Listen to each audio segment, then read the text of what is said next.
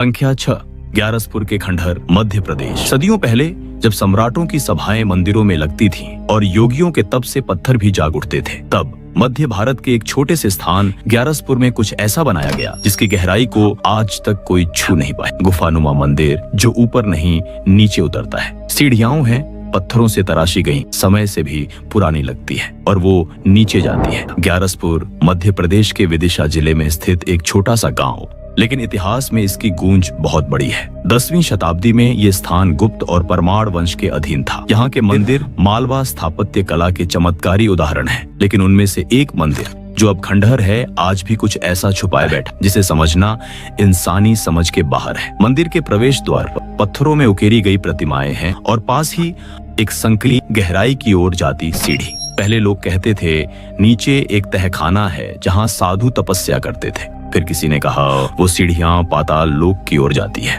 और फिर किसी ने कहा जो गया वापस नहीं आया। कई साल पहले SI archaeological survey of India की एक टीम ने वहां सर्वे शुरू किया। उन्होंने कोशिश की, रोशनी के साथ सीढ़ियां नापी गई, पहले 20, फिर 40, फिर अचानक सीढ़ियां गायब हो गई। जी हाँ, रास्ता अचानक कटा कटा सा लगने लगा, जैसे पत्थर हिल चुके हों, और सामने एक अजीब सी दीवार जो पहले नहीं थी। वैज्ञानिकों ने अनुमान लगाया कि शायद ये कोई शिल्पगत भ्रम, इल्यूजन हो सकता है, लेकिन सवाल ये था हर बार हर टीम को अलग नक्शा क्यों दिखता है। एक पुरातत्वविद ने कहा जैसे ही हम आगे बढ़ते हैं ये रास्ता अपने आप बदलता है, जैसे कोई अदृश्य शक्ति हमारे इरादों को पढ़ रही हो। स्थानीय पुजारियों की मान्यता है कि ये मार्ग केवल उन्हीं के लिए है जो तप और साधना के योग्य हों। कुछ स्थानीय लोग बताते हैं कि एक बार एक साहसी युवक कैमरा लेकर नीचे गया, लेकिन उसकी रिकॉर्डिंग में एक ध्वनि थी जो इंसानी नहीं लगती थी, और फिर कैमरा भी वहीं छोड़ दिया गया। लोक कथाओं में लिखा है कि ग्यारसपुर का यह खंडहर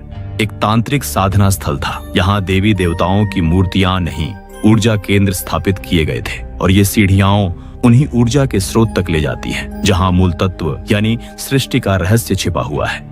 लेकिन अगर हर बार रास्ता बदल जाता है तो क्या ये कोई लिविंग स्ट्रक्चर है? कुछ वैज्ञानिक इसे सबटेरेनियन एकोमेज कहते हैं, यानी ऐसा भूगर्भीय मार्ग जो ध्वनि, ऊर्जा और द्रव्यमान के प्रभाव से स्वरूप बदल सकता है। लेकिन क्या वाकई पत्थर भी दिशा बदल सकते हैं?